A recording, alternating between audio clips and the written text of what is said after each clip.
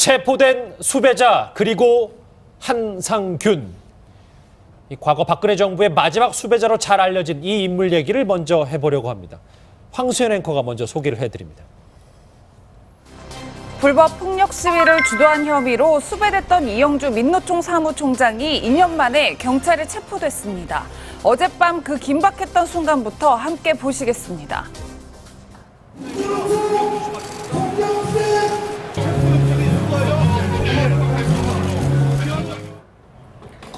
지난달 18일부터 민주당 당사를 점거하면서 열흘간 단식을 이어온 이 사무총장은 경찰 체포 이후 바로 녹색병원으로 이송됐습니다. 경찰은 오늘 중으로 병원을 찾아 방문 조사를 진행한다는 입장인데요. 그렇다면 이 사무총장은 어떤 인물일까요? 초등학교 선생님 출신으로 지난 2012년까지 교편을 잡았습니다. 전교조 지부장 활동을 거쳐 지난 2014년에 민노총 사무총장으로 선출되기도 했는데요. 지난 2015년에는 노동절 집회와 민중 총궐기 집회 등을 주도하기도 했습니다. 실제로 박근혜 정부는 이 사무총장을 체포하는 경찰에게 1계급 특진을 약속하기도 했습니다. 어떤 인물인지 좀 이해가 돼서요. 이영주 사무총장 얘기를 지금부터 좀 해보겠습니다. 제 왼쪽에 김복준 교수 자리하셨습니다. 어서 오십시오. 안녕하세요. 네, 어서 오십시오. 예, 김 교수님 바로 질문을 드리면 이 네. 사무총장이 이제 체포가 되자마자 이제 열흘간 단식을 했잖아요. 예, 그래서 예. 이제 병원으로 이송이 됐는데 네. 녹색병원이란 곳으로 이송이 됐어요. 일단 어떤 병원인지 좀 소개가 필요할 것 같아요. 저는 이 사건에 관할을 하는 경찰서는 남대문 경찰서거든요. 예. 그런데 이제 녹십자병원이라고 그러죠. 녹색병원이죠. 예. 이 병원은 서울 중랑구 쪽에 있습니다. 사실은 원칙적으로 사건 처리를 하는 데 있어서 수사기관에서는 관할 경찰서하고 인접한 곳의 병원을 선택하는 게 일반적이에요. 예. 결국은 아마 이 이영주 씨 측에서 요구하는 녹색병원으로 이제 중량구까지 이영주 이동을 총장이요? 예, 이영주 사무총장이죠. 예. 이제 보낸 걸로 보이는데 이 부분은 뭐 저도 현직 경찰관으로 근무했던 사람으로서 상당 부분 이해할 수 없는 부분이에요. 제 개인적으로는 그렇습니다. 예. 그런데 하여튼 그 병원 자체가 이제 아마 노동운동들 뭐 하시는 분들하고는 좀 비교적 밀접한 관계가 있는 그런 병원으로 일반적으로 알려져 있거든요. 그러다 보니까 그쪽에서 선택한 병원으로 경찰이 배려를 했다고 뭐 얘기하기는 좀 곤란하지만 하여튼 그쪽의 의사에 의해서 그 병원으로 간 거로 보입니다. 예. 최 변호사님. 네. 체포자가 병원을 선택하는 게 적법한 건지요? 정말 이것이 체포인 건지 경호인 건지 그것이 문제로다. 이런 얘기가 나오는 것이 바로 그 부분인가 아닌가 싶습니다. 예. 만약에 이 부분이 굉장히 어떤 단식 농성을 해서 건강이 안 좋은 걸 넘어서 수술을 하거나 급박한 상황인데 만약에 그분이 평소에 다니고 어떤 혈액 검사나 이런 것들이 있다고 하면 그렇다고 하면 거기에 갈 수 있겠죠. 그렇지만 오랜 어떤 지쳐서 요양이 필요하다라고 한다고 하면은 그런 그 관할까지 위반해서 갈 것이 아니고 남대문 서해 근처에 있는 종합병원으로 가도 충분할 것이죠. 그리고 이와 관련해서 뭐라고 했습니까? 지금 민노총 같은 경우에는 지금 오히려 지금 사실은 본인들이 발로 걸어 들어가 가지고 사실은 이 당 대표실을 무단 침입했는데 거꾸로 민노총 같은 경우에는 민주당사에 강제적으로 감금돼 있었다라고 하는 그런 어떤 발표가 과연 국민들의 눈높이에 맞는 것인지 결국 우리 국가란 것은 민주주의도 있지만 그거와 같은 똑같은 기둥으로서 법치주의란 것이 있는데 예. 결국 대통령이나 마찬가지인 2년 정도로 사실상 계속 도피다니를 함에도 불구하고 사실상 체포영장이 집행되지 않는다라고 한다고 하면은 그것이 과연 나라냐 하는 그런 비판에 대해서도 이번 정부는 반드시 귀를 기울여야 한다고 봅니다. 예, 김 교수님 그런데 저희가 좀 어제 살펴볼 만한 상황이 있었는데 어젯밤에 대단한 실랑이가 좀 있었던 것 같아요. 일단은 수배자가 검거가 된 상태긴 한데 병원에서는 진료권 보장 차원에서 주치 없이는 경찰 진입이 불가능하다. 그래서 경찰이 이영주 사무총장 근처 병실로 들어가지 못했다는 거예요. 이것도 제가 단적으로 말씀드리면 잘못됐습니다. 왜 그러냐면 이영주 사무총장 같은 경우는 법원에서 발부한 체포영장에 의거해서 체포가 된 것입니다. 예. 그렇다고 그러면 그 이영주 사무총장의 신병을 관리할 수 있는 권한은 명백히 경찰에 있어요. 그 경찰이 법을 집행하는 그 상황에서 진료권 보장을 하는 건 부수적인 어떤 권리일 수 있어요. 그리고 경찰이 그 안에 들어가 가지고 진료하는데 방해를 하겠다는 뜻이 아니지 않습니까? 뭐 자해라든지 각종 그 있을 수 있는 그 불상사를 예견하고 옆에서 신변 관리를 하겠다는 것 뿐이거든요. 예. 그럼에도 불구하고 그 원래의 주체 신병을 확보한 경찰의 출입을 제지한다? 이 자체는 기본적으로 이건 뭐 확대 해석하면 공무집행방해입니다. 예. 이념적 지향점을 떠나서 일단 적법한 절차가 아니다. 뭐 이런 얘기신데요. 이영주 사무총장 인물 좀 더 집중해 보고 있습니다. 과거 영상 한번 만나보실까요? 인도해랑에서 지금 한상규 대표 빼고 다 내려오신 건가요? 네, 됐습니다. 안에 지금 누구 계신가요, 그럼? 노동자의 대표를 살인 강도 파렴치범으로 대하면서 자신들이 폭력을 써서 포박하려는 행위는 부처님의 법도가 아니라 확신합니다. 민주노총은 위원장에 대한 폭력 사태에 대해서 참담한 심경입니다. 정확히 2년이 됐네요. 위원장님. 네. 한상균 위원장 그 조계사에 은신했을 때 법복을 날라줬던 그 인물이군요. 그렇죠. 일단 지금 뭐 한상균 위원장이 사실 민주노총에서 처음으로 직선제 총장이었죠. 그래서 위원장이었지 않습니까? 예. 거기 아마 이제 전교조를 대표해서 아마 사무총장을 했고, 지금 최근에 또 이제 지금 이기 이제 직선 지금 그 선거가 진행 중입니다.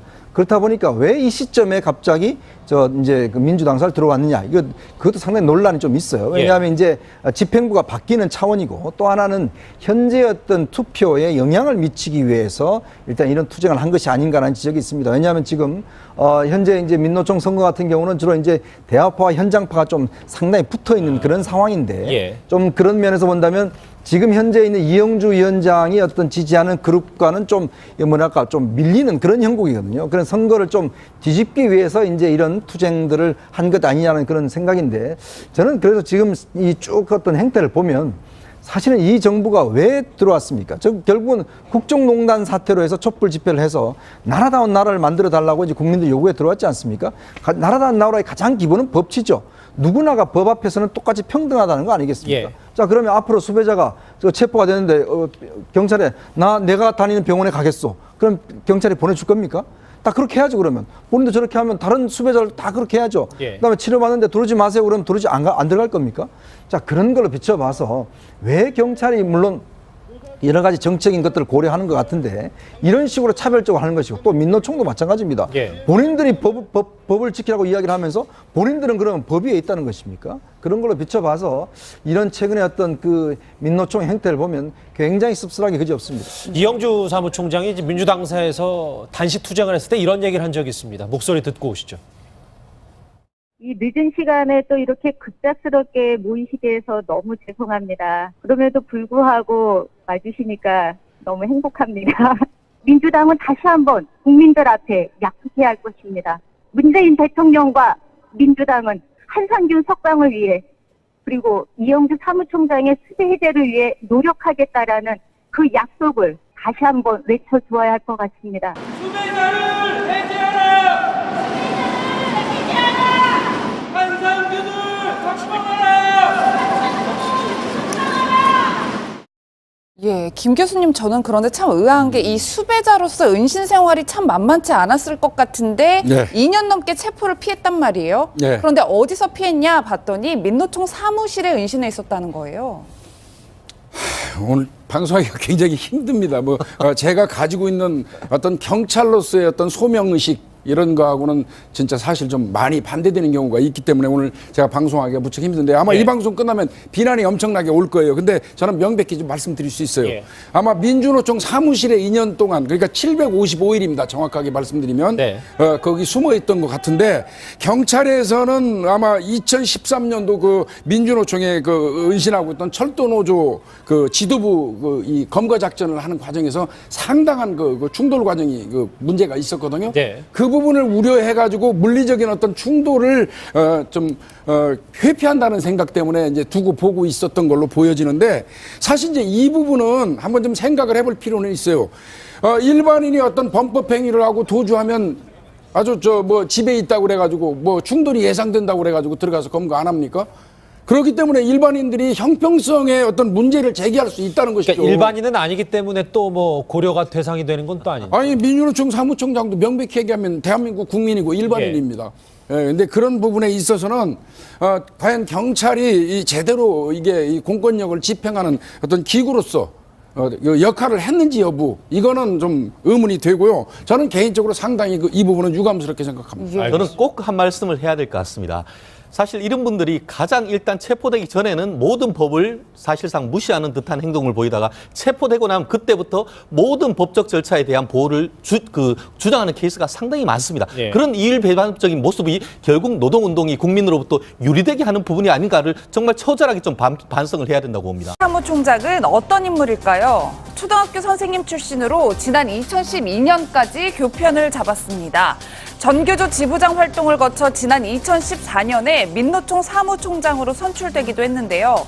지난 2015년에는 노동절 집회와 민중 총궐기 집회 등을 주도하기도 했습니다. 실제로 박근혜 정부는 이 사무총장을 체포하는 경찰에게 1계급 특진을 약속하기도 했습니다. 어떤 인물인지 좀 이해가 돼서요. 이영주 사무총장 얘기를 지금부터 좀 해보겠습니다. 제 왼쪽에 김복준 교수 자리하셨습니다. 어서 오십시오. 안녕하세요.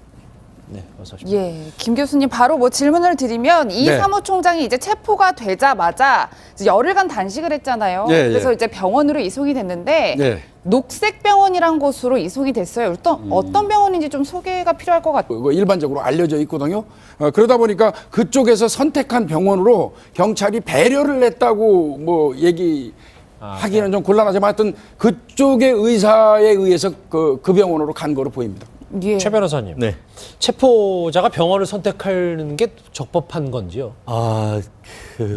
정말 이것이 체포인 건지 경호인 건지 그것이 문제로다. 이런 얘기가 나오는 것이 바로 그 부분인가 아닌가 싶습니다. 예. 만약에 이 부분이 굉장히 어떤 단식 농성을 해서 건강이 안 좋은 걸 넘어서 수술을 하거나 급박한 상황인데 만약에 그분이 평소에 다니고 어떤 혈액 검사나 이런 것들이 있다고 하면 그렇다고 하면 거기에 갈 수 있겠죠. 그렇지만 오랜 어떤 지쳐서 요양이 필요하다라고 한다고 하면은 그런 그 관할까지 위반해서 갈 것이 아니고 남대문 서해 근처에 있는 종합병원으로 가도 충분할 것이죠. 그리고 이와 관련해서 저는 이 사건에 관할을 하는 경찰서는 남대문 경찰서거든요. 예. 그런데 이제 녹십자병원이라고 그러죠. 녹색병원이죠. 예. 이 병원은 서울 중랑구 쪽에 있습니다. 사실은 원칙적으로 사건 처리를 하는 데 있어서 수사기관에서는 관할 경찰서하고 인접한 곳에 병원을 선택하는 게 일반적이에요. 예. 결국은 아마 이영주 씨 측에서 요구하는 녹색병원으로 이제 중량구까지 이영주 이동을 총장이요? 예, 이영주 사무총장이죠. 예. 이제 보낸 걸로 보이는데 이 부분은 뭐 저도 현직 경찰관으로 근무했던 사람으로서 상당 부분 이해할 수 없는 부분이에요. 제 개인적으로는 그렇습니다. 예. 그런데 하여튼 그 병원 자체가 이제 아마 노동운동들 뭐 하시는 분들하고는 좀 비교적 밀접한 관계가 있는 그런 병원으로. 체포된 수배자 그리고 한상균. 과거 박근혜 정부의 마지막 수배자로 잘 알려진 이 인물 얘기를 먼저 해보려고 합니다. 황수연 앵커가 먼저 소개를 해드립니다. 불법 폭력 시위를 주도한 혐의로 수배됐던 이영주 민노총 사무총장이 2년 만에 경찰에 체포됐습니다. 어젯밤 그 긴박했던 순간부터 함께 보시겠습니다.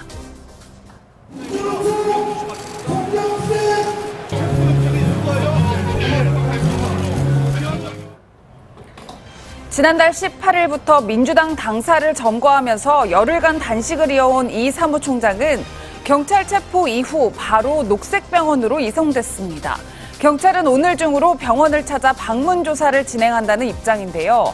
그렇다면 그래서 뭐라고 했습니까? 지금 민노총 같은 경우에는 지금 오히려 지금 사실은 본인들이 발로 걸어 들어가 가지고 사실은 이 당 대표실을 무단 침입했는데 거꾸로 민노총 같은 경우에는 민주당사에 강제적으로 감금돼 있었다라고 하는 그런 어떤 발표가 과연 국민들의 눈높이에 맞는 것인지 결국 우리 국가란 것은 민주주의도 있지만 그거와 같은 똑같은 기둥으로서 법치주의란 것이 있는데 예. 결국 대통령이나 마찬가지인 2년 정도로 사실상 계속 도피다니 함에도 불구하고 사실상 체포영장이 집행되지 않는다라고 한다고 하면은 그것이 과연 나라냐 하는 그런 비판에 대해서도 이번 정부는 반드시 귀를 기울여야 한다고 봅니다. 예, 김 교수님 그런데 저희가 좀 어제 살펴볼 만한 상황이 있었는데 어젯밤에 대단한 실랑이가 좀 있었던 것 같아요. 일단은